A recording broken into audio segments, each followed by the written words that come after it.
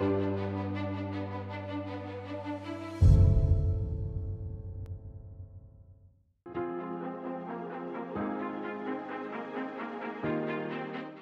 MC12 is coming up for us. Well, I would say that there are three things that we're really focused on.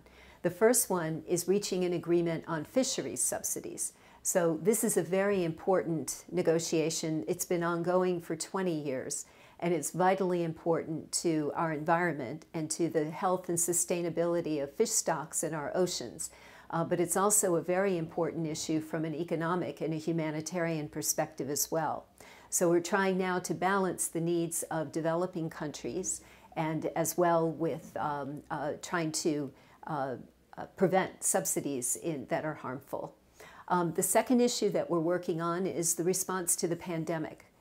So there are a lot of things that the WTO is doing to try to identify bottlenecks in supply chains that prevent vaccines from getting to countries in Africa, for example, where the vaccination rate is well below 3%. We're also dealing with the issue of intellectual property and the extent to which how intellectual property affects the ability to get vaccines, to manufacture, produce, and deliver vaccines.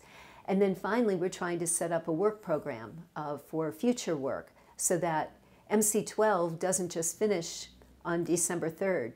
The next day, we have to get to work to prepare for MC13. This is a very interesting issue because I think sometimes people don't think there's trade, they think that trade is really for big companies.